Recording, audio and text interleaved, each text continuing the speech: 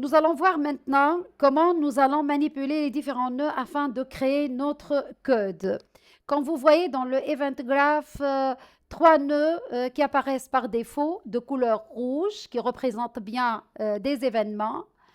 On va se concentrer sur Event Begin Play et Event Tick et on va se débarrasser de l'Event Actor Begin Overlap. On le verra dans un autre atelier.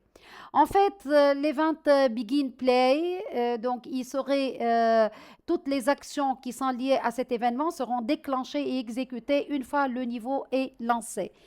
Pour notre cas, on va afficher un message de bienvenue dès le lancement du niveau. Donc, on a utilisé la fonction print un message, une chaîne de caractères de valeur bienvenue. Notre code nécessite une compilation. La compilation a été effectuée avec succès. Maintenant, pour tester notre blueprint, il suffit de le glisser pour créer une instance dans le niveau. On fait un play et vous voyez donc bienvenue qui apparaît dans le viewport. Nous allons maintenant briser le lien entre print screen et event begin play pour l'attacher à Eventic et voir comment le moteur il va réagir pour comprendre la différence entre les deux événements. Pour briser donc le lien, il suffit d'appuyer sur la touche Alt et le bouton gauche de la souris. Ainsi, on a brisé le lien. Et pour créer le lien entre Eventic, il suffit de tirer à partir du pin d'exécution de Eventic et vers le pin d'exécution vers print string. Voilà, de telle sorte que le témoin vert de validation apparaît et comme ça, on a créé un lien entre Eventic et print screen. On compile, compilation réussie. On va maintenant exécuter et voilà.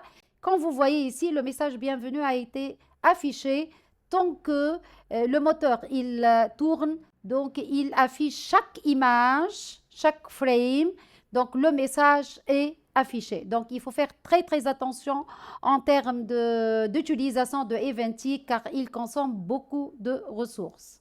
Nous allons voir maintenant comment peut-on créer des nœuds dans l'Event Graph pour former notre code. Une façon parmi d'autres, on peut aller dans le menu Window vers le sous-menu Palette, donc qui s'affiche à côté de Details à droite.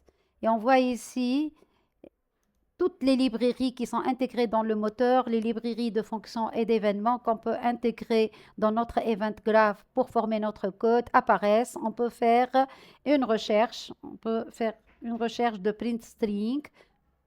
Il suffit de la glisser dans l'Event Graph et ainsi notre nœud a été créé. On a aussi dans le palette, on a aussi la partie favoris qui comporte aussi des nœuds qu'on peut intégrer dans l'Event Graph. Il suffit de la glisser et de le mettre dans l'Event Graph. On peut aussi sélectionner, supprimer, donc appuyer sur le bouton supprime du clavier si on veut supprimer. Pour créer aussi des nœuds, donc on peut faire un clic droit dans l'Event Graph et on fait une recherche, par exemple print string. Et ainsi, ça nous permet de créer un nœud. Ou bien, on peut maintenir enfoncé le bouton gauche de la souris et utiliser des raccourcis clavier que vous pouvez donc trouver dans la partie Help ou bien Aide de Unreal Engine. Donc, il suffit si on veut intégrer un branch, c'est l'équivalent de l'instruction if. Voilà, donc il suffit d'appuyer sur le bouton clavier B.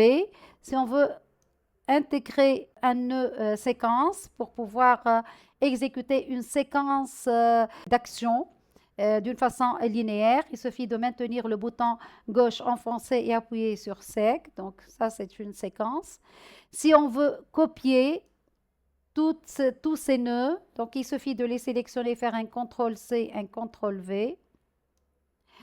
Si on veut, par exemple, se déplacer librement dans cette fenêtre, donc on peut zoomer et dézoomer de cette façon en utilisant le bouton roulette de la souris ou bien, donc il suffit d'appuyer sur le bouton droit de la souris et comme ça, donc vous voyez la main qui apparaît. Je peux faire un glissement comme ça et ça me permet de se déplacer librement dans le panneau Event Graph.